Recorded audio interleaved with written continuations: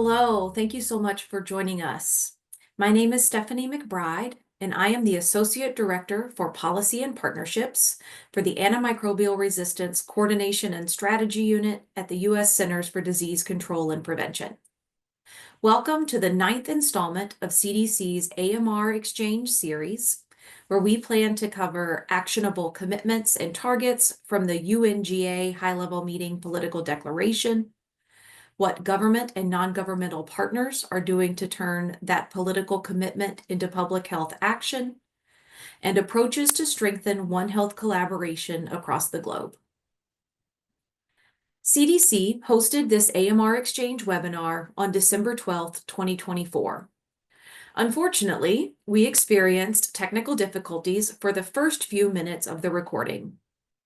The first portion of the exchange, which will include a brief introduction to the topic and an introduction of our speakers, was re-recorded and combined with the original recording of our panelist remarks. Thank you so much for understanding. Joining us for this AMR exchange, we have several speakers and panelists. First, we have Rob Purdy, who is an antimicrobial resistance patient advocate and a member of the World Health Organization Task Force of AMR survivors. Michael Craig is the director of the Antimicrobial Resistance Coordination and Strategy Unit at the U.S. Centers for Disease Control and Prevention. Heba Mahmoud Dada is the director of AMR at the Public Health Authority of Saudi Arabia. Hania Farhan is the senior director of research and methodology at Gallup. And David Lawrence is the senior advisor and team lead for pandemic preparedness and response with the Global Fund. Before we begin today's webinar, I want to express my appreciation to the team that planned our event today. Thank you to Tiffany Pomares, Fakari Gresham, Dana Carter, our CDC Antimicrobial Resistance Communications team, and the Weber Shandwick webinar team for all of their work that went into plan such a wonderful event. I'd like to kick off our webinar today by providing a short background presentation that introduces the topic. Could you please share my slides?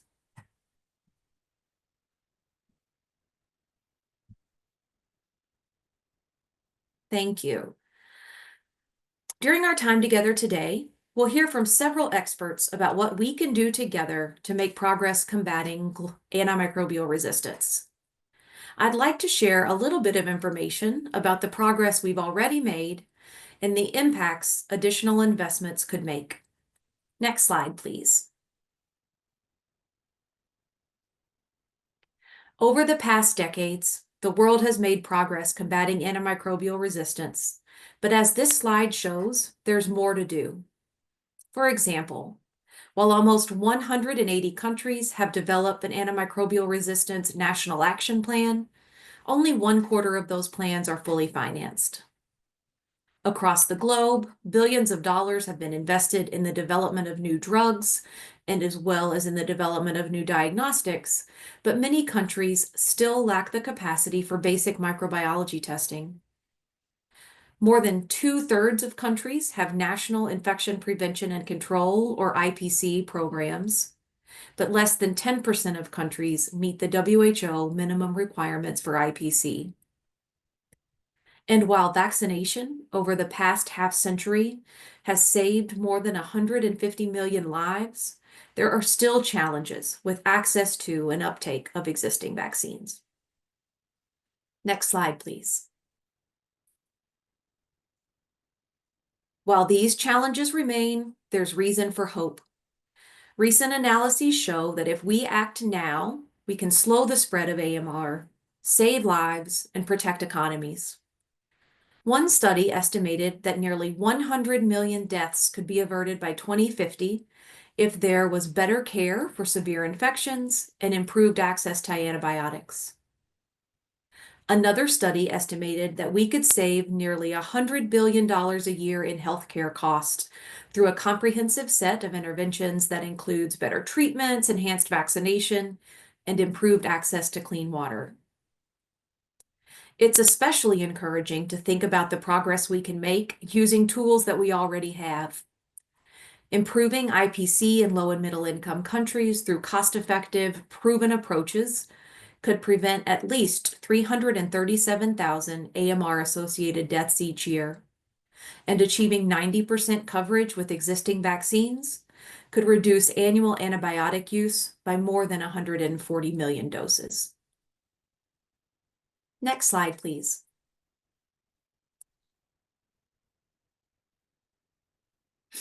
However, none of these investments and actions are possible without commitment. Political commitment from leaders of all countries and commitments across non-governmental sectors. This past September, we saw this commitment in action during the second United Nations high-level meeting on antimicrobial resistance in New York City. I'd like to first share a personal perspective. That week in New York was one of the most exciting of my career.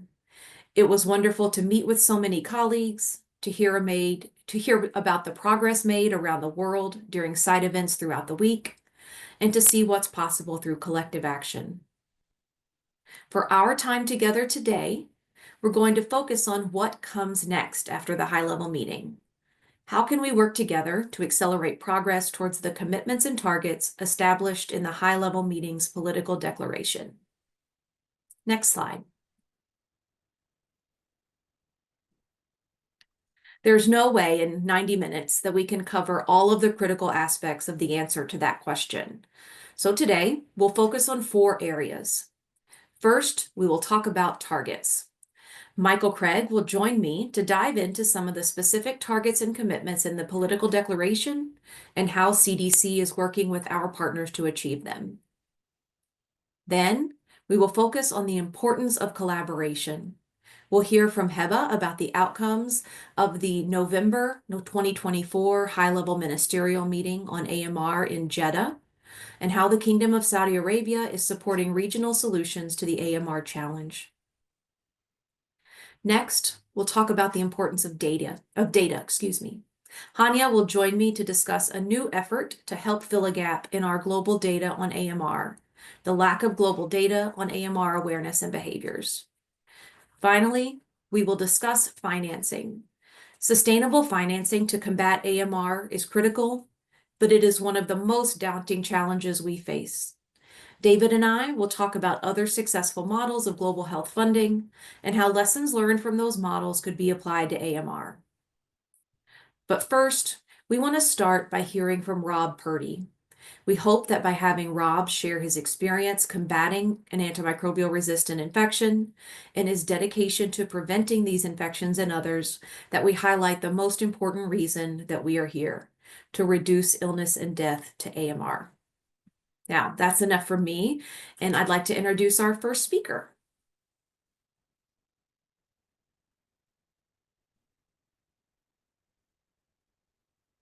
Rob Purdy was diagnosed with a fungal infection commonly known as valley fever in 2012. Since his diagnosis, he has been dedicated to raising awareness of the impact valley fever and antimicrobial resistance have on individuals and on communities, and fighting to improve outcomes for his fellow patients fighting this challenging fungal infection. To this day, he is still taking medications to control this infection.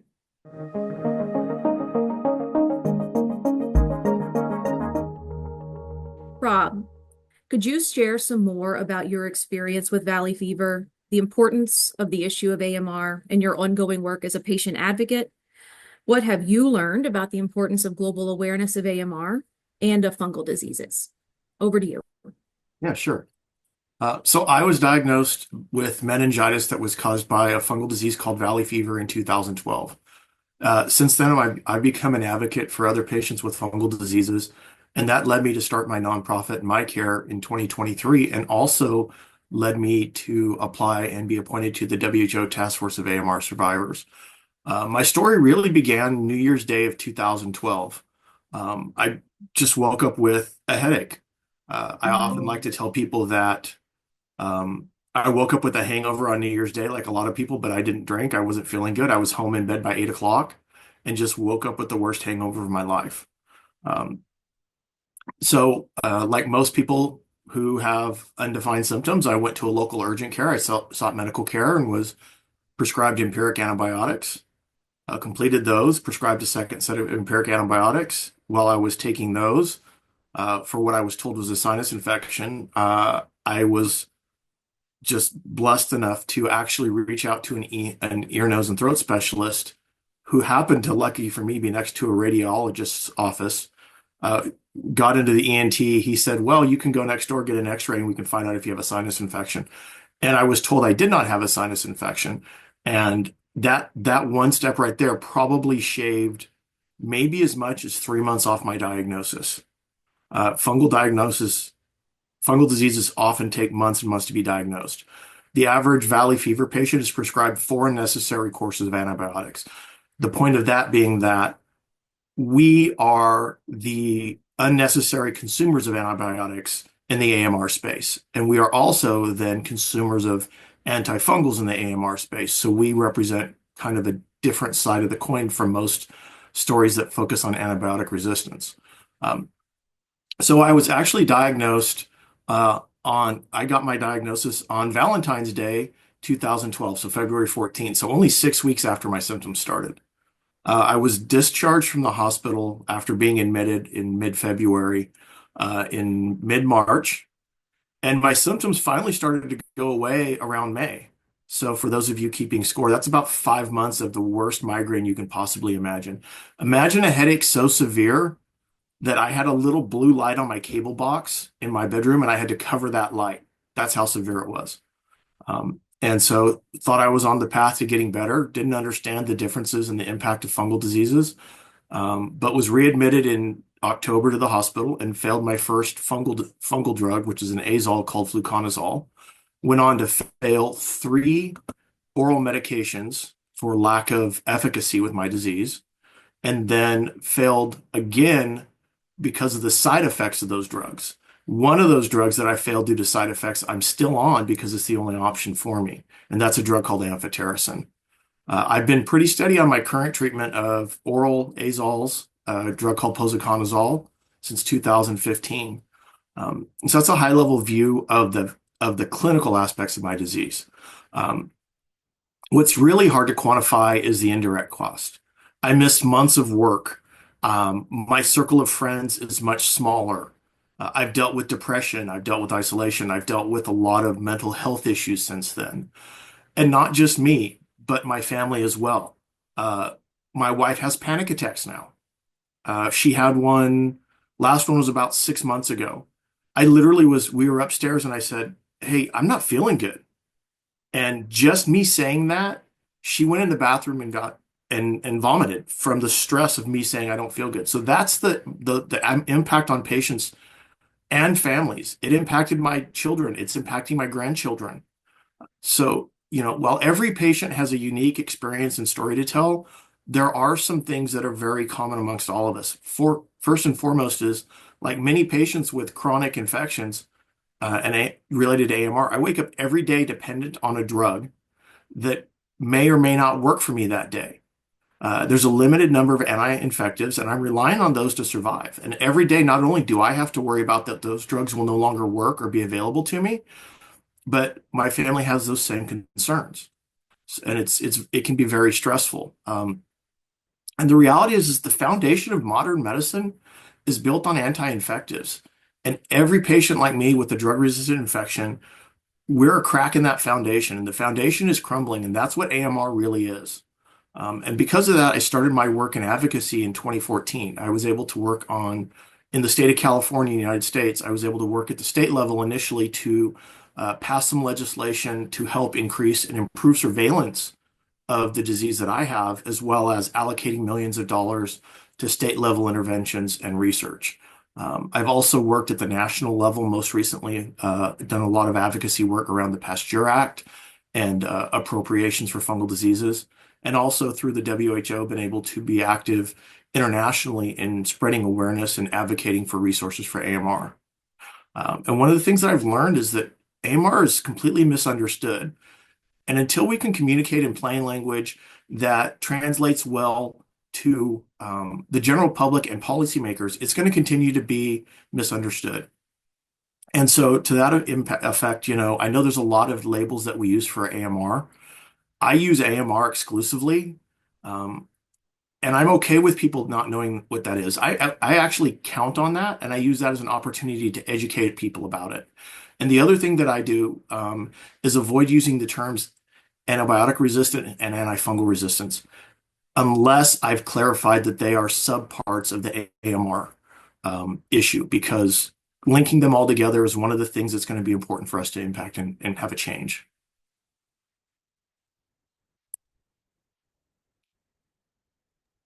Rob, thank you so much. There was so much good information to take away from that. I want to highlight just a few points. One, I think what you share demonstrates the power of an individual. Sometimes we feel like with a challenge this big, one person can't do a lot. But I think what you shared about efforts that you started in California that have now led to better surveillance and investment into valley fever is an incredible example of what one person's initiative can do. I Thank think the you. other thing I took away from that was the importance of the relationship between healthcare providers and their patients.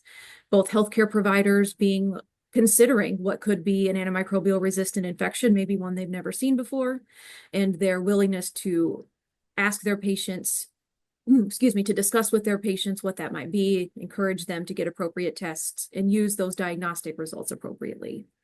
And then the third thing is you hit on a huge issue that came up during the high-level meeting and inside events throughout the week, and that's the communications challenge around AMR. And I'm so glad you brought that up. We're going to touch on that throughout several of our presentations today, and it's something I think we'll continue to discuss throughout 2025. And so, Rob, thank you again, and we look forward to hearing from you again for our final question at the end of today's panel.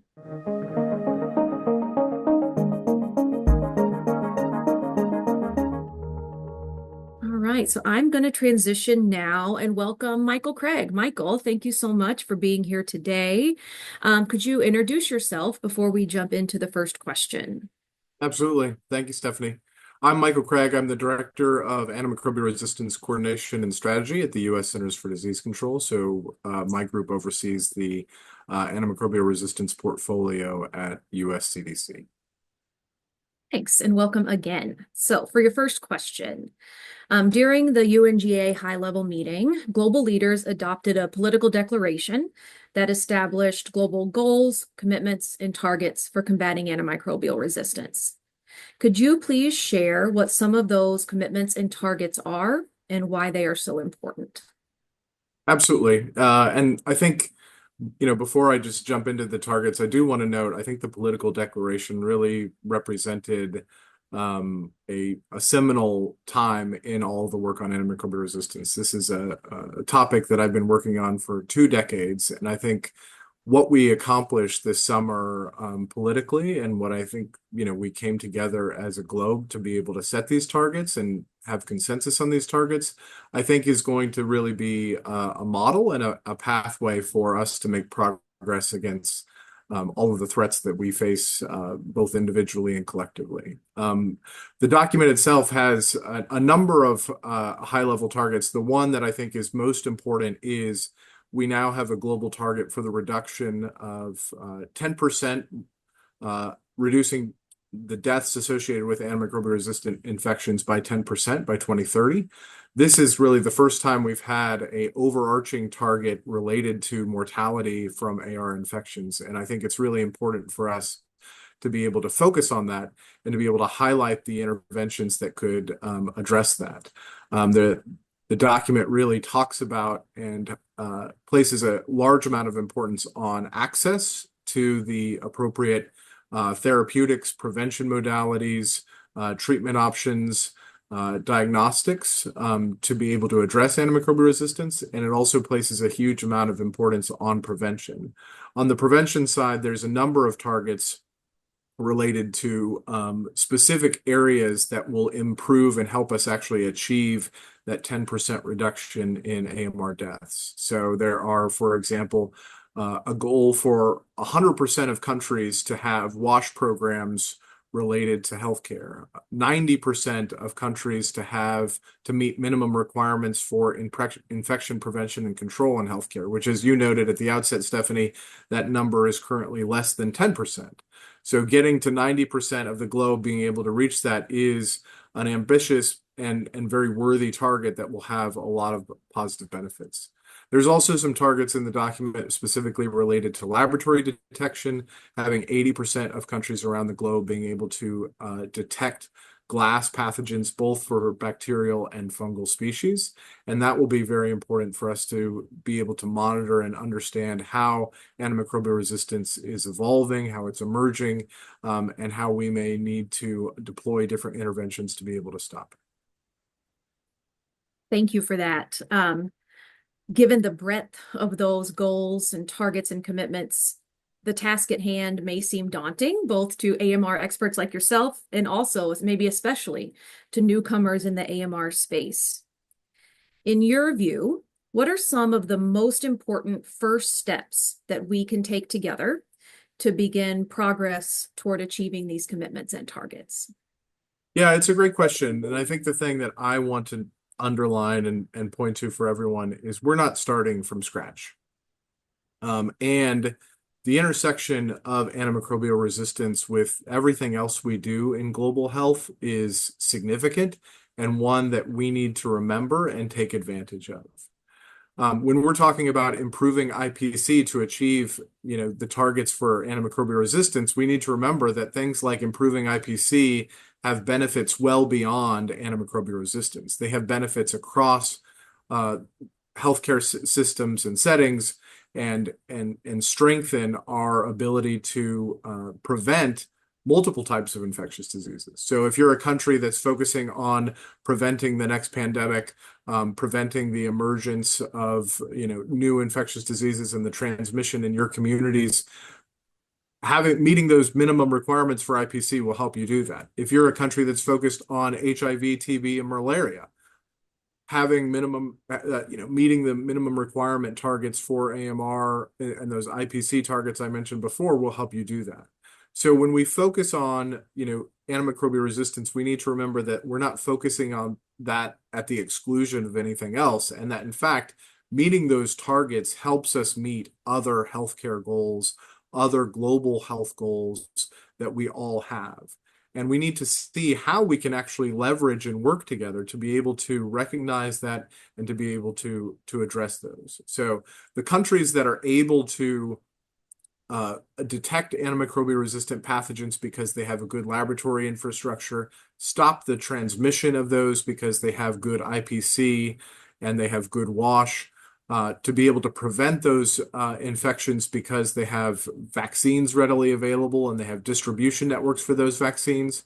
All of those tools are going to help that country address a myriad of global health and other issues. So we need to recognize that and leverage all of that work together. Thank you so much for that. I think it's a nice transition into our final question for you today, and that's that implementing those activities in every country that's not something that any country or any group can do alone. And one of the common themes that emerged throughout the high-level meeting, both at the high-level meeting itself as well as the numerous side events throughout the week, was the importance of partnerships and the need to strengthen global partnerships for combating AMR. In your role and leading the AMR programming at CDC, can you share some of the examples of how CDC is working with partners to help make progress towards the goals and commitments in the political declaration? Absolutely. And I guess I just want to note, whatever we do in public health is interrelated, and, nobody can go it alone. And especially for antimicrobial resistance, we see the transmission of these pathogens from one country to another, from one healthcare setting to another, from one community to another. And we have to work together to be able to address them. And that means working together not only as countries, but it means working together across industries, because this is a One Health issue. It means working together across civil society. We need to have organizations, like the Global Fund to be able to leverage their work and what they're doing in protecting patients from HIV, TB, and malaria, and making sure that they're not getting secondary bacterial infections that are resistant, that they're supporting some of those things. We need to work together with groups like Gallup, who might have opportunities to be able to do that. We need to come up with and engage patient groups like Rob is representing, and that WHO has, and that engagement. We need to have countries come together and have regional supports like KSA is working on in the Middle East. So, from our perspective at the CDC, we see partnership as fundamental to what we do. We host events like this where we bring folks together to be able to talk about that, but we also have work ongoing already in over 60 countries. We're working specifically on the ground with partners both at the Ministry of Health, partners in healthcare, partners in the community, to be able to organize and understand what is the problem at hand in that country and how can we work together to be able to address it. We are really focused on the prevention elements related to AMR, and that's sort of where CDC starts and places the most of its efforts. And I think we need to remember that prevention always involves partnership in some way, right? Prevention from a public health perspective means that CDC is working with a clinician to make sure they have what they need to work with their patient, and that patient is well informed and understand all of the things that they need to be able to do to protect themselves and their family. So partnership is fundamental to prevention, and I think we need to remember that and build on that as much as we can moving forward. Thank you so much. Appreciate all that information you shared, and just want to recap a few points that I took away from your responses. So the first thing that I think it's really important to reemphasize is that the political declaration from the high-level meeting, both the process to develop it and the final product, could be a model for other global health challenges that we face. And that's especially important because of the connection between antimicrobial resistance and the solutions we have to solve that challenge and other global health threats. And I think what you said about leveraging the investments we make in AMR to help also make progress towards those other global health challenges is critical. I wrote a couple of quotes down that I think I might put on a button. One is, you can't go it alone when it comes to AMR, and also prevention means partnership. And I think really, again, just want to highlight what you said about that partnership happening at every level, from the healthcare facility or even in someone's home, parents and children working together to prevent the spread of germs, all the way up to global leaders coming together to make political commitment. So Michael, thank you again for being here, and look forward to seeing you again at the end of our call today.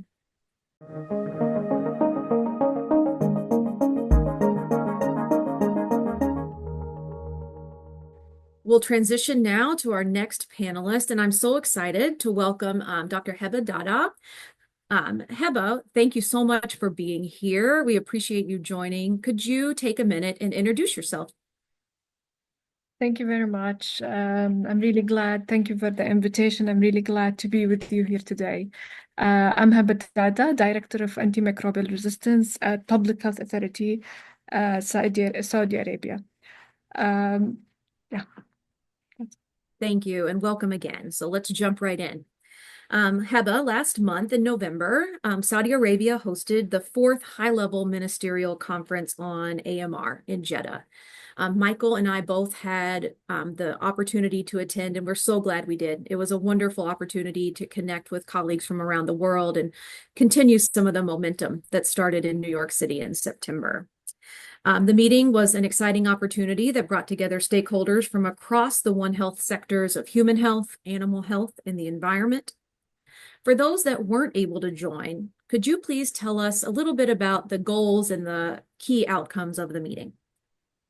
First of all, I would like to thank you all the audience for coming here today, and also I'd like to thank Michael for setting the floor, actually, as he mentioned about working and engaging together and partnership, where is the most important in antimicrobial resistance.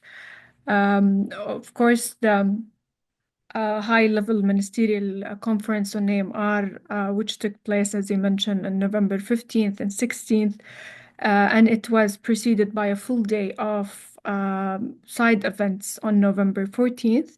The title of this ministerial meeting was From Declaration to Implementation, Accelerating Action through Multisectoral Partnership for the Containment of AMR.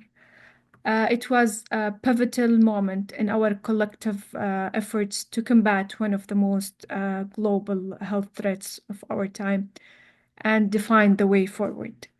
I would like to also thank those who have joined us and actively participated to make this a real success. When we started developing the ministerial conference around 12 months ago, we were determined to bring together a diverse, influential group of stakeholders, governmental, international organizations, and also private sector, civil society, to foster and strengthen the partnership, global partnership, and to enable us to make a tangible difference in tackling antimicrobial resistance for our communities. Throughout the year, we have worked closely with the UN Quadripartite institution to ensure that the interconnection between human, animal, and environmental using the One Health approach is fully addressed in our discussions. By working with the collaboration with the WHO, the Quadripartite, the GLG group, the G20 presidency, and Italian G7, and Oman, the previous host for the ministerial meeting, we were ensuring the alignment on a selected number of practical steps that will help to better contain AMR and focus on One Health approach. The fourth ministerial conference provided an opportunity to discuss and share best practices, translate many good elements of the high-level meeting declaration into a concrete and implementable action. The themes of the fourth ministerial meeting were surveillance and stewardship, capacity development, access and affordability, and better local, regional, and global governance. Of course, also we had the role of innovation, and R&D was featured prominently throughout the days of the summit. Thank you. Thank you for that. Now that you've shared a little bit about the process to plan the meeting and what some of the most important goals and outcomes were, could you talk about some of the key actions that meeting participants identified to help move from the political commitments in the high-level meeting declaration to action globally, nationally, regionally, and locally? Yeah, thank you for that question. I think our outcome document, which was the Jeddah commitment, which includes 16 commitment, which was endorsed by most of the countries, and we are still working towards endorsing more countries to that Jeddah commitment. It included different aspects, a couple of process-related outcomes, which include an biannual ministerial meeting and to Troika process, which we hope will help maintain the momentum and ensure the continuity of the joint efforts by having the the current host and the next host working together toward maintaining the momentum. Further, we have announced two innovative and practical outcomes aligned with the Saudi 2030 vision, which will support countries and partners in implementing their cross-sectoral multinational AMR National Action Plan. The first outcome is the AMR One Health Learning Hub. As we all know, the best practices sharing, learning, and capacity building is one of the key components of tackling the complex question related to AMR. The Learning Hub will be housed at the Public Health Academy in Riyadh, where will initially be a regional aspect. The focus lies on practical implementation and One Health approach. Training best practices models will be offered virtually using a variety of digital tools and media, and as well as in hands-on training on the laboratory available that can be used to innovative even forms in-person training. Also, courses will be tailored to support implementation of National Action Plan. We vision the hub to serve equally as a training and exchange platform of experience sharing, ensure that national context and specific local challenges are considered. Very importantly, we are visioning not to duplicate any of the existing initiative or structures.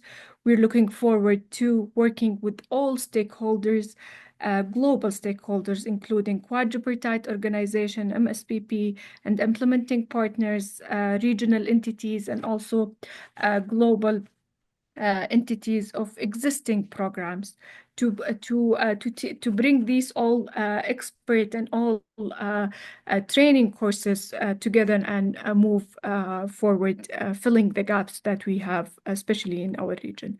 We hope to form a network of learning hubs internationally and community of practice for true best practice sharing, and also to improve our collective ability to progress our national action plans. The second outcomes, which was antimicrobial access and logistic hub, we are all fully aware that the key challenges, as you mentioned in your beginning, to contain AMR, specifically in LMIC, is access to safe, effective, affordable antimicrobial medicine and diagnostics. Robust supply chain, pool procurement, strategic stockpiling, and supply guarantee mechanism are some of the proposed solution and piloted approaches. Minimizing falsified medicine in the supply chain, as we see this a problem in some country. The medical and logistic hub is proposed to build on the advanced existing Saudi Arabia structure and to serve the range of purposes. These include quality assured, cost-effective, stable supply of antibiotics to the countries in the region. It will also serve the mechanism to responding to humanitarian crisis situation and request for LMICs. We are exploring currently mixed model of commercial and subsidized operation for the lower resources settings. And our vision of the hub is to contribute to the efforts on strengthening the supply in the region and hopefully globally that we can do later on. And currently we are working on the operational model of both initiative, and also we already started planning the plan for the learning hub to start working on the plan and a strategy for that hub, and hopefully we will have a lot of further collaboration with all of the different entities and organizations around the world. Thank you for that. And that's a perfect transition to our final question. We have just a couple of minutes left in this session. But you just alluded to the regional work that the Kingdom of Saudi Arabia is leading and the collaboration with regional partners in efforts to slow the spread of AMR. Is there anything else you'd like to share about some of those regional efforts that Saudi Arabia is leading? So on top of what I have shared, which most of them are regional, I'll also add that we have multiple initiatives in terms of surveillance, stewardship, and also infection control standards in the collaboration with the countries in the Gulf region with the Gulf CDC. As well as we have the EMBRO region of the WHO, where we have a lot of initiatives that we're working together in the region. Adding to this, also we at the Kingdom of Saudi Arabia, we're committed to work closely with the host of the 2026 AMR Ministerial meeting to ensure the commitment for the recent UNGA meeting and the outcome of the Ministerial meeting fully realized. Thank you. Thank you for that. And for those who haven't heard, the 2026 Ministerial meeting will be hosted in Nigeria So we're very excited for the first of the ministerial meetings that will be hosted on the African continent. And so again, just want to spend 1 minute summarizing a few of those key points. I think first I want to just congratulate you again on the true One Health nature of the ministerial conference. And not just One Health governmental sectors, but across the private sector, civil society, international organizations, et cetera. And I think you were the first person that had mentioned the quadripartite today. And I think it's a great opportunity to highlight the role that international organizations and their regional bodies, like the WHO regional offices, play in all of our efforts to combat AR. And then the last thing I want to note is that, again, access is coming up. And I think Michael had talked earlier about how sort of the progression from the previous political declaration to this one and sort of how much deeper it was able to go into the challenge of AMR and really providing practical and concrete solutions, and access is one of those areas. So thank you so much for sharing some of the new efforts to increase access in the Gulf region. And thank you again for being here today, and we'll see you again in a few minutes.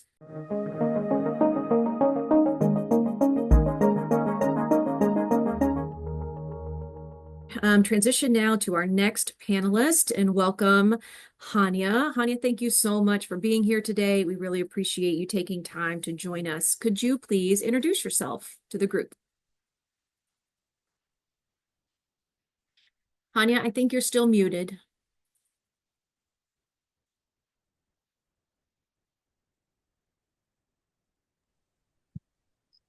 Someone had to start. I'm impressed we made it 42 minutes in. So we are doing great today. Yeah, had to. I'll take that for the team. Okay, of course, thank you very much, Stephanie. And it's a great pleasure to be here. Thank you for inviting me to participate, and of course, thank you to everyone for joining this call. As you mentioned earlier, my name is Hania, and I'm the Senior Director of Research and Methodology at Gallup. Gallup is a global research and analytics consultancy. We work with many organizations worldwide, including, in fact, several UN agencies for whom we collect global, nationally representative, reliable data for even, including data for a few SDG indicators. So to talk about the global AMR monitor. Go ahead. Let me jump in with our first question for you. I will say, in full transparency, I've had the opportunity to work with Hania and the Gallup team on the effort that Hania is going to discuss today for, more than a year now. It's been a while, and it has been, I feel very lucky to have been part of this collaboration, and just really excited for all the participants today to learn more about it. So the project that I'm referring to is called the Global AMR Monitor. And so Hania, could you first start by sharing with the audience what the Global AMR Monitor is? Happy to, of course. So the Global AMR Monitor is, in a nutshell, a data-based tool, which would be a catalyst for action on AMR. We know that public awareness, knowledge, and attitudes towards AMR play a pivotal role in addressing this urgent global public health threat.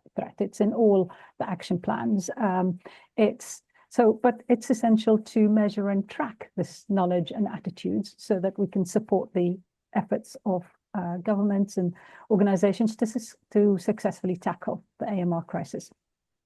And yet, currently there are no consistent, rigorous global data or data sets that provide reliable and representative information about public knowledge of AMR or attitudes towards AMR. There's some studies here and there in very few countries, mostly in high-income countries, but they all use different methodologies and approaches, which means it makes them really not strictly comparable to Heber's point. For example, when Heber mentioned, I made a note here, best practice sharing, right? Sort of how are we tracking knowledge? Are we tracking these things so that we can learn from each other? It's difficult to learn from each other's experiences when we all use different methodologies. So the AMR, Global AMR Monitor, will be consistent methodology across all the countries. So this data gap makes it really difficult if not impossible actually, to assess whether efforts to increase awareness or change behaviors ultimately are making a significant and lasting impact. So, for example, how do we know that the annual World AMR Awareness Week is making a lasting impact? Which areas is it making an impact in? Which areas is it not? Is it meeting its aims? And then where can it focus on more? So the same applies actually for national efforts. So we need a tracker, we need a data set to measure that. Actually, indeed, I've seen in the literature, and we've seen that some argue that one of the reasons for the low levels of policy action and implementation of AMR action plans is the widespread lack of understanding and awareness of AMR and the urgency of the need to address AMR. Or, for that matter, how many people do we know who are aware of the disastrous consequences of inaction across human and animal health, agriculture, the environment? So this is really where our work with the CDC Foundation and the CDC, where this global AMR monitor comes in. It's a global survey initiative aiming to develop a rigorous, nationally representative data through a global survey that would, for the first time, measure and track people's awareness, their knowledge, and their attitudes to key aspects of AMR in over 100 countries. This would generate really excellent, hopefully rigorous, high-quality data for all of those countries globally, and the insights would then be used to develop and design evidence-informed approaches and interventions to raise awareness and knowledge about AMR. Thank you for that. And I encourage people today, if you want to learn more about the infrastructure that's already in place to implement this type of national survey, check out some of the really exciting data that Gallup has published in the past using their world poll. It's a great example of the types of data that we're talking about.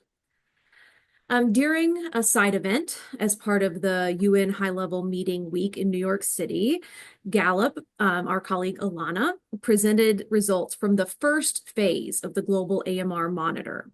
Could you share what the goals and outcomes of phase 1 of the global AMR monitor were?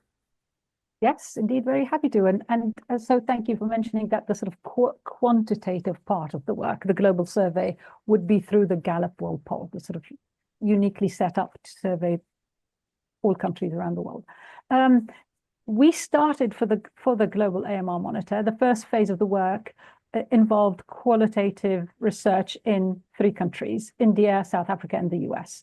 We conducted focus groups amongst members of the general public in the US across different age groups, different demographics.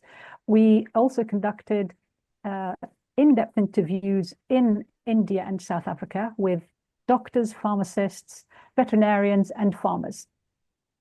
The topics covered across this qualitative work were awareness of AMR, understanding of AMR as a threat to public health, and experiences with various aspects of AMR. Focus was mostly on antibiotics as well. So some key themes that came up, that emerged, were that firstly, in general, there were really very different levels of knowledge about AMR and concern about AMR, concern about antibiotics not working or losing efficacy. So there's this sort of dichotomy between knowledge or concern, and then next step would be action.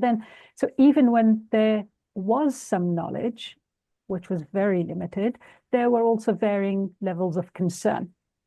Often, most of the time, concern was very low. People were not worried. They didn't really realize how threatening that is to human health and welfare. So one small finding that we find, for example, that younger people tended to be less concerned. Moving a step further, we found that even where there was knowledge and concern about the risks of AMR, there was a lack of consistency in action regarding the appropriate use of antibiotics. This pattern was particularly worrying among professionals.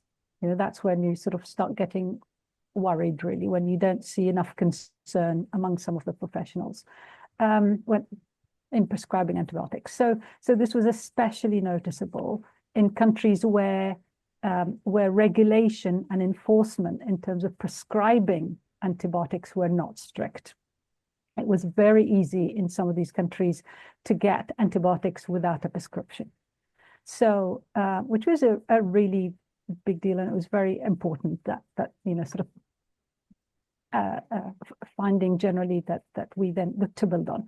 So interestingly, we also found that in the focus groups, there was skepticism about the motives of pharmaceutical companies and government's role in regulation. So that was when we're touching on new antibiotics, new drugs, and the research into this area. When it came to mitigating measures, for example, vaccinations, there was really a lot of confusion and lack of knowledge and awareness of the link to the efficacy of antivirals and to AMR. We saw that there was very little knowledge about how this one was really widespread. Very little knowledge about how the use of antibiotics in farming impacts human health and effectiveness of antibiotics. We found farmers showed very limited awareness and understanding, and very limited concern, often not recognizing the broader implications on human health of antibiotic use in animals and how that contributes to reducing the efficacy of antibiotics in people. They often thought it was all about doctors and people, not using it in animals. So there's really a huge disconnect between, in that sector, the veterinarian, farming, animal sector, the animal health side, and the links to efficacy and human health and efficacy of these medications. That's just a small taste of some of the findings. There's a lot more, but we can, for another time. Yeah, no, that was fantastic. Thank you for that overview. In our last couple of minutes, now that phase 1 of the monitor is complete, what comes next? Can you talk a little bit about some of the opportunities and challenges that the next phase of the global AMR monitor is facing? Yes, well, thank you. Well, based on what we know, it's clear that there is really urgent need to do more research and to dedicate more resources to AMR. We know, everyone thinks COVID-19 was bad, but compared to that, the AMR crisis is going to be, by all accounts, so much worse. And very few, people don't seem to be aware. Outside of these halls, outside of the people, we're all in these sort of echo chambers almost. It's like the general public knows very little about it. Even practitioners know very little about it. So we need to invest, I think, a lot more in that area. So, of course, a crucial, vital investment is in new antibiotics and diagnostics, for example. But without raising awareness and knowledge about AMR and about the inappropriate use of medicines such as antibiotics, we'll be in the same situation in 10 years and 20 years after the new medications are invented. We can invent new drugs, but if we don't change attitudes, then they will be in the same place later. So for a sustainable solution, I think for all of us, for all stakeholders, especially governments, we really need to raise our game, to be honest, and dedicate more resources and effort to increasing awareness and knowledge of AMR, which means we need systematic, data-informed approach, policies of intervention. If we don't know where we're starting from, we don't know where we're going, we don't know how to, we need to measure that progress and pivot where more needs to be done. And I guess it comes as no surprise to everyone here that in terms of government priorities worldwide, it is clear that AMR is not high enough on that list. There's been great work done in some countries, and the declaration, really laudable points, but it just doesn't make any sense that it's still not such a high priority on policymakers' lists. So this proposed AMR global monitor is a start. It would enable us to understand what is the state of knowledge and attitudes about AMR. Then the data would be used to raise awareness and knowledge and to inform more targeted interventions. Hopefully, it will contribute by serving as let's call it a flagship tracker that would drive sustained worldwide media public policymaker attention to the crisis of AMR and the urgent need to raise it on government agendas. Thank you for that. Lots of exciting opportunities ahead. So just to recap quickly what Hania shared with us today. First, without quality data, we can't track progress and impact. And this is, as Hania noted, a data gap that the Global AMR Monitor could fill. I also want to reiterate Hania's point that the results of the limited qualitative data collected in phase 1 really show the importance of scaling up to phase 2. So just want to, before we transition, wish the entire team sort of the best as this moves forward. And we're really excited to see the progress the monitor can make in 2025. And thank you again, Hania, and we'll see you again in just a minute.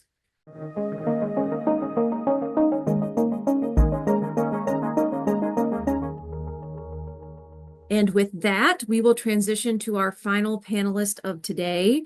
Dave, thank you so much for being here, for waiting so patiently on camera for an hour.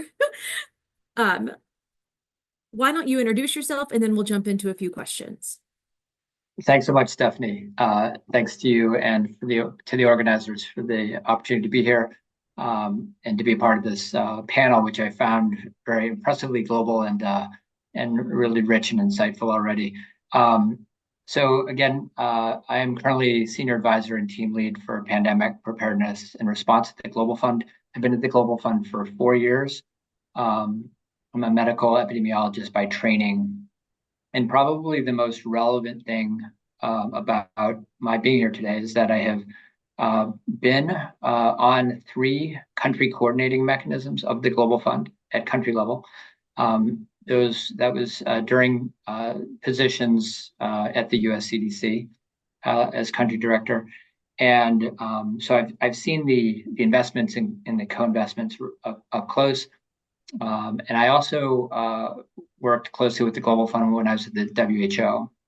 We had a number of collaborations around various normative products. So I've seen it from other partner lenses as well at the global level.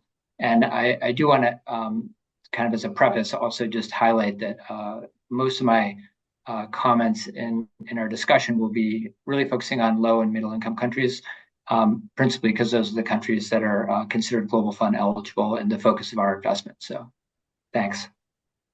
Thank you for that. And it's always great to welcome back a former CDCer to one of our AMR exchanges. So thanks again for being here. All right, let's jump right in.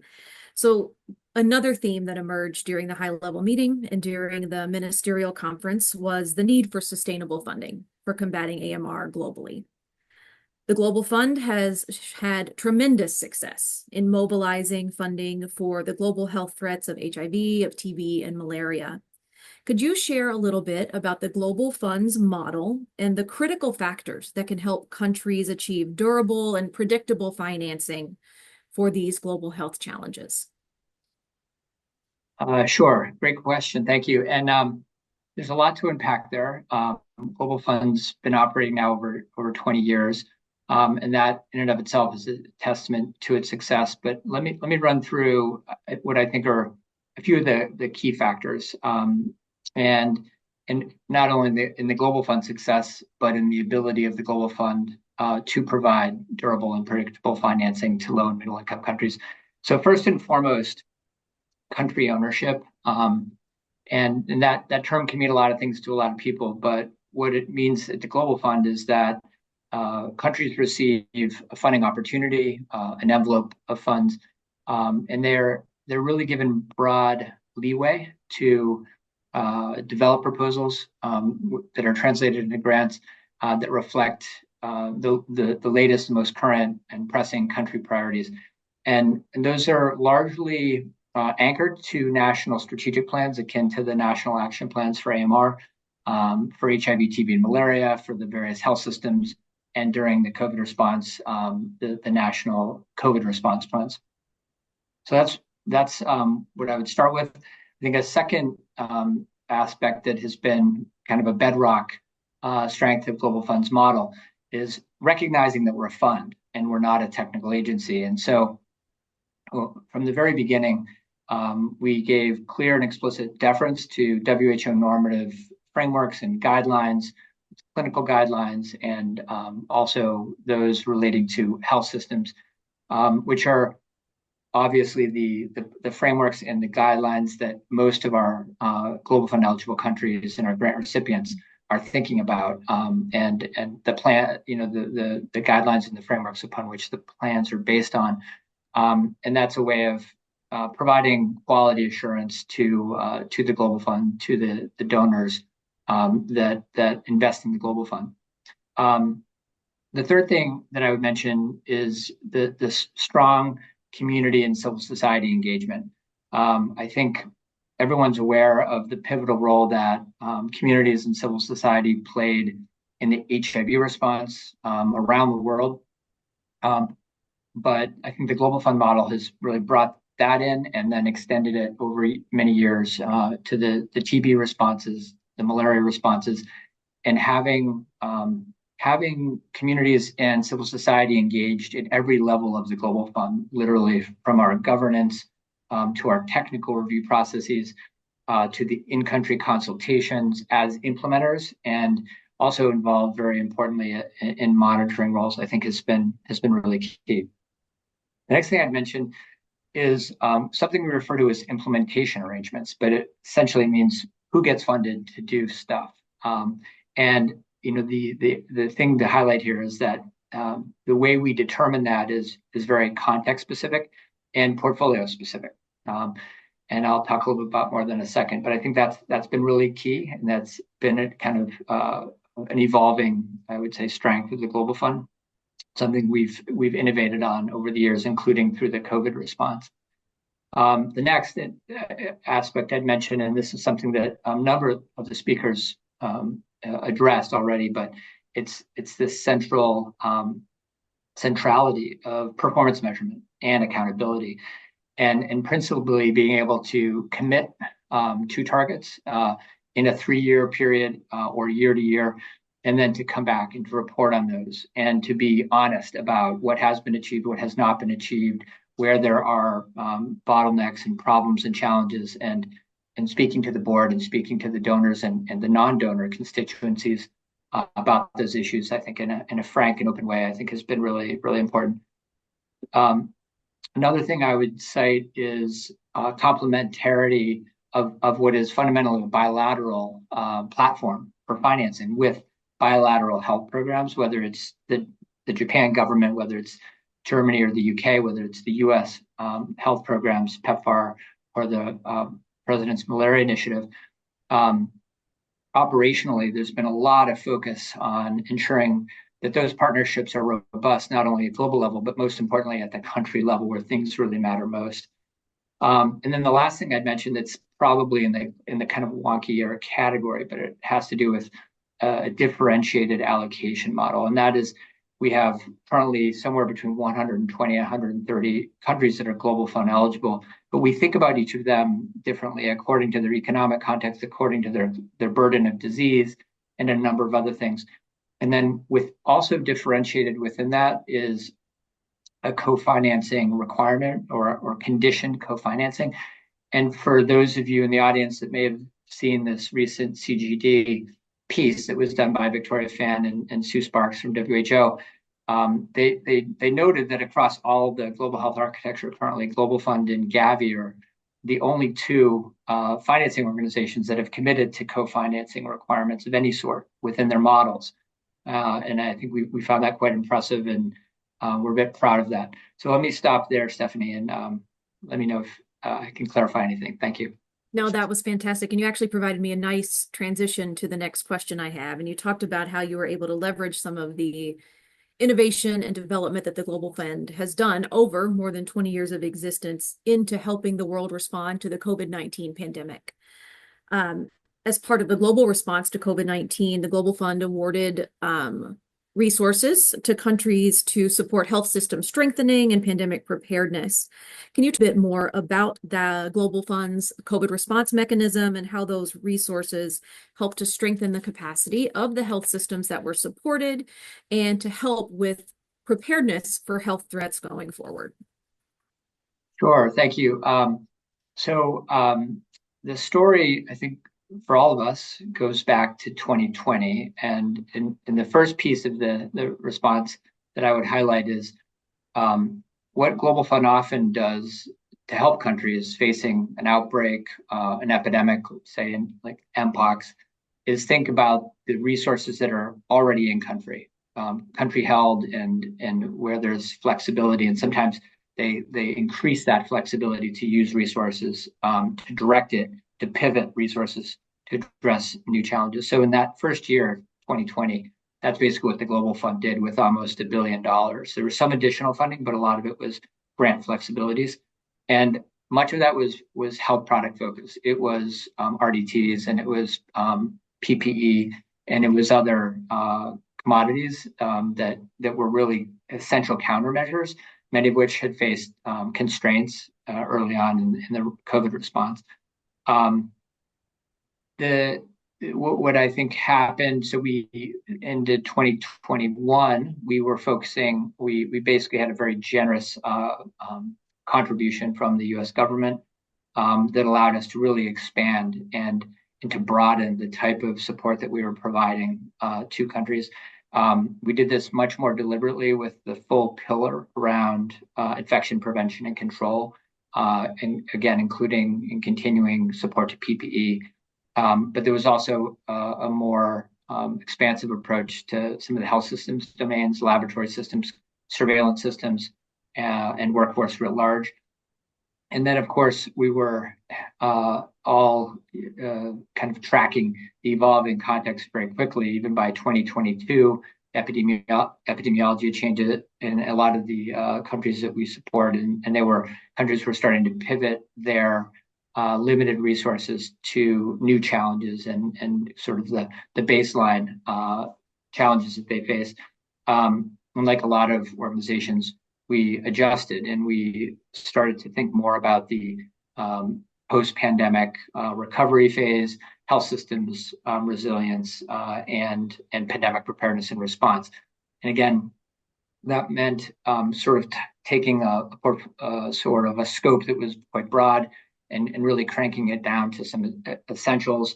Of course, again, retain within that, and we're talking at this point in this kind of extension phase in 2024, 2025, over roughly $2 billion that was really focusing on lab systems, on surveillance systems, on workforce, including community health workers, and where infection prevention and control beyond PPE. We were quite deliberate there and really focusing on the systems aspects of IPC and not the health products as much.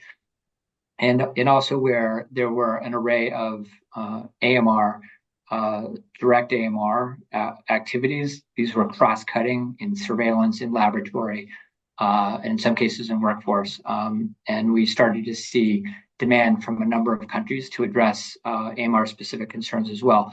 And I think Michael mentioned this, but it really was helpful to us in sort of shining a light, if you will, on some of the areas of our core mandate, supporting HIV, TB, and malaria responses.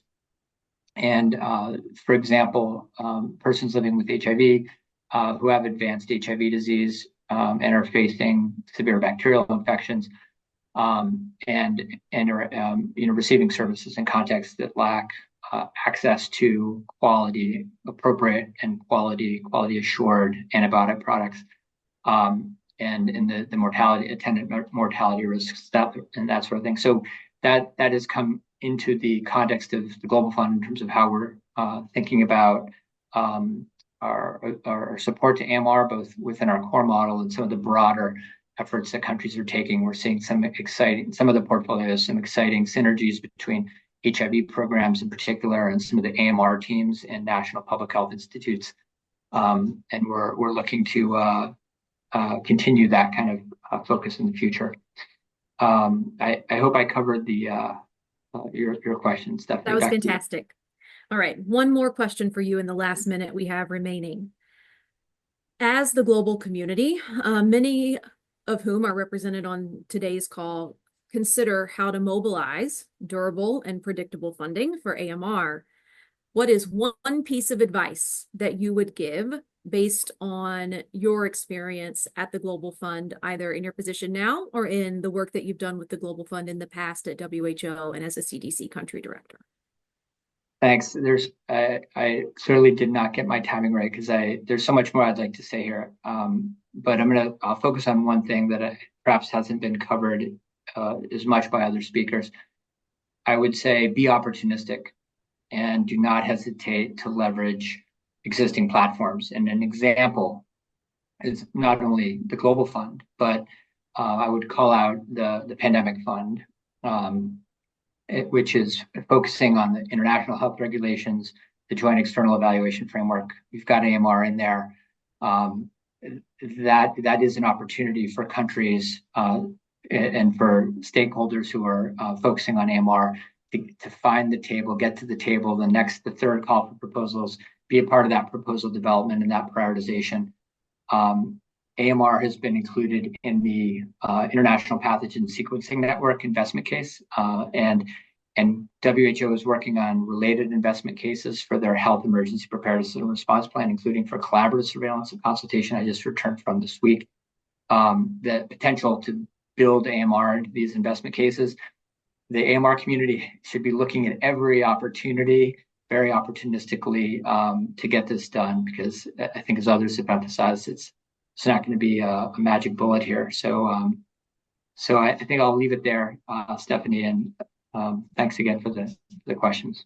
No, that was fantastic. I just really appreciated what you said. You talked a lot about connections that were happening in countries between governments and civil society, connections between the challenges we're facing with HIV, AIDS, TB, and malaria with AMR, and the connection that the AMR community needs to be making with existing platforms to really, I think, again, my next bumper sticker or button is going to be opportunistic so that we don't miss those challenges in the future. So thank you for that advice. All right, well, don't go anywhere, David, because we're going to bring all of our panelists back now for a final question. Before we jump into that, thank you again to all of our panelists and speakers for the insights and experiences and expertise that you shared with us here today. We're going to take our last few minutes together. I'm going to have one question that we're going to go round robin and answer. We'll just go in the order with which everyone spoke.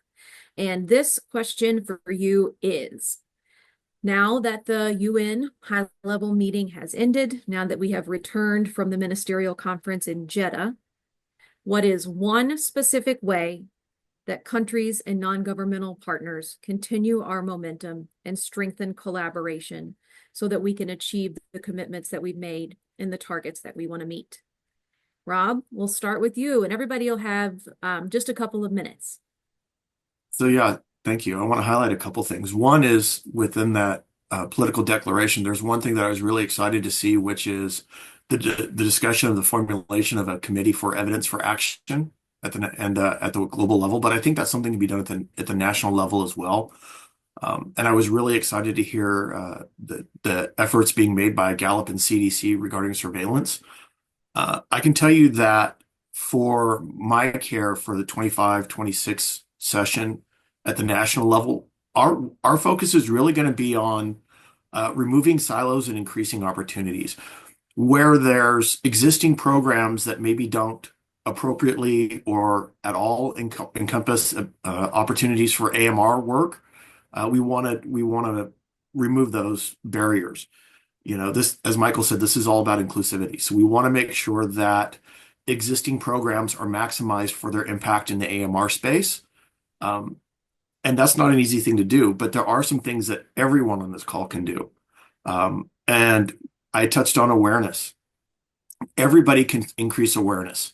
Everybody can have a conversation with somebody, talk to somebody, engage somebody else, and bring somebody else into the AMR space. Invite somebody to the next CDC webinar. And everybody can also impact stewardship. You know, personally, when you have that next flu-like symptom or cold-like symptom, instead of just doing what I did and going immediately to an urgent care or a pharmacist and asking for a drug, be patient. Just realize that there's a good chance it's viral and that the antibiotics you're going to take are going to be pointless. And whether you take them or not, you're going to feel better in 48 to 72 hours. And then encourage your family members to do the same thing. Not avoiding care, but being thoughtful in how you approach your care. And I think those are the things that we can all focus on at the national level and at the individual level. Thank you. Thank you for that. All right, Michael, over to you. Same question. So I think the bottom line I would say is take action, and I'm going to say take action in partnership with someone else, or another entity. I think we've heard so many different opportunities today, from what Rob noted on the patient side and the awareness side, to what Heba noted in terms of what they're doing in their region, to what David noted in terms of, existing platforms that could be leveraged. So, I think for all the organizations listening, whether you're a healthcare provider, whether you're at a Ministry of Health, whether you're a patient, figure out a way that you can get engaged and take action. And I would encourage you to do it in partnership with another organization.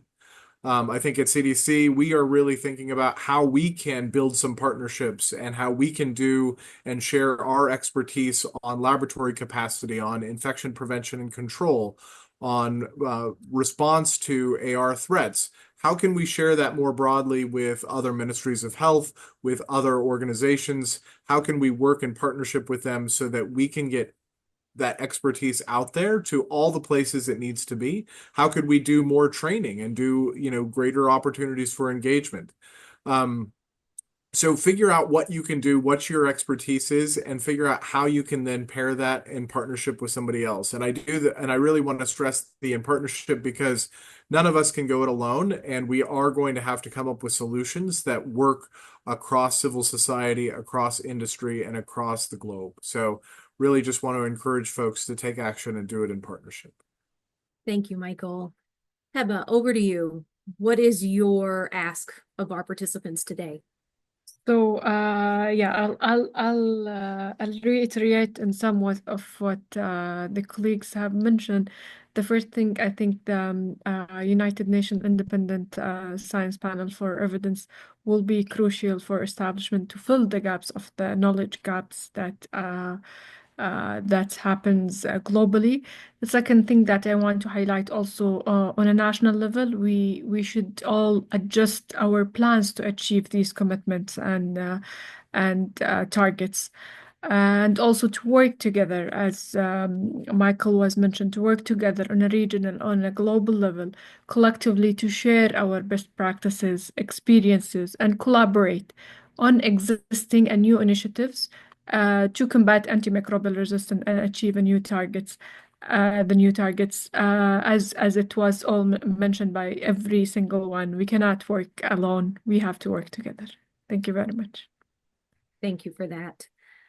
Hanya, your advice and recommendations.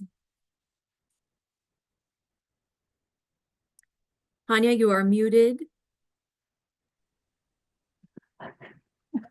I just had to do that twice. We appreciate consistency. There you go.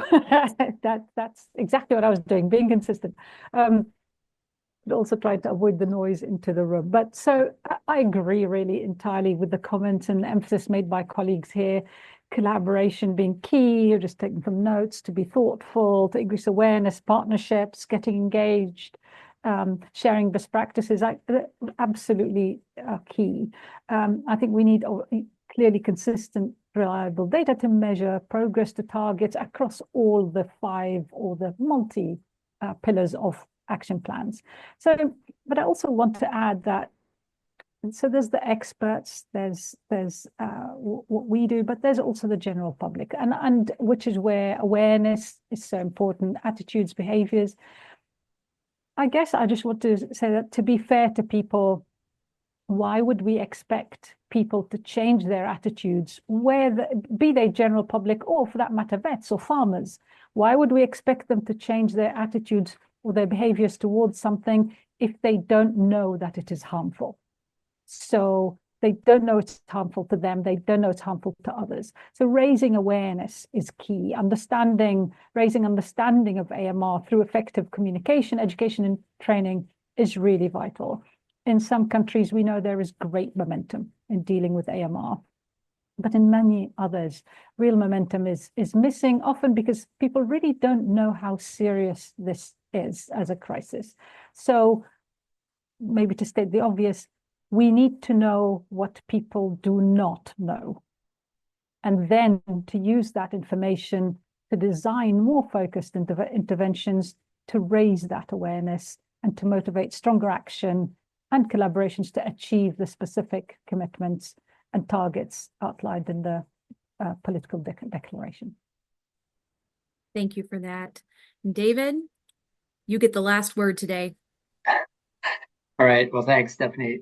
So to follow on the be opportunistic, I'm going to go with governance matters most. And I think the obvious to this audience and this group is that AMR is complicated. You've got the lab piece, the surveillance piece, the clinical piece, and in some or many countries that it translates into a challenging kind of governance landscape. Governance is critical, obviously, to the planning and coordination that's needed to drive implementation, and to be a focus point for community and civil society groups who want to support AMR. I want to call out national public health institutes or agencies. A lot of good work that IANFI's been doing for a long time, that the WHO is supporting now, and many other partners, including US CDC. But we're starting to see more and more low and middle income countries develop national public health agencies, which are inherently fit for purpose for AMR, at least as part of noting the obvious cross-sectoral One Health dimensions of AMR.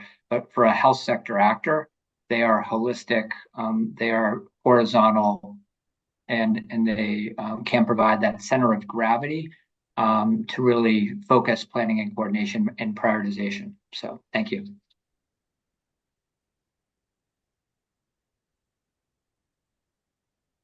Now I'm the one on mute. Oh. Yeah. And what I was saying is that does bring us to the end of our webinar today.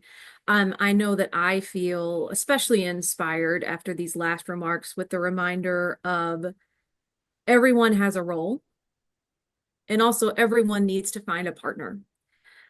So as you leave here today, please share with your networks and your colleagues what you plan to do based on what you've heard here today. Share it with us. Find us on social media. We'd love to hear from you at CDC about the actions that everyone is going to take to combat AMR. A final word of thanks to Rob, Michael, Heba, Hanya, and Dave for being here today as panelists. We feel very thankful to be partnering with you and your organizations in the work that we do here at CDC. And a final word of thanks, of course, to everybody on the planning team, without whom none of this would be possible today. Our team just put a link to the post-event survey in the chat. You will also receive this link via email. We really appreciate any time you can take to complete this very brief survey. I promise it'll only take a few minutes. We do use this feedback from every exchange to make improvements before the next. We will share a recording of this webinar with everyone that's here today, along with everyone who registered but may have not been able to attend, and we'll also post that on our CDC website. And finally, we would love to hear from you about topics that you would be interested in for future AMR exchanges. Feel free to share those in response to the post-event survey or directly with our CDC AMR team. And with that, we will close today's webinar, and I really hope that everyone has a wonderful day or evening, depending where you are in the world, and wishing everyone a Happy New Year in case we don't have a chance to connect between now and then. Thanks so much, and have a good one, everybody. Bye. Thank you.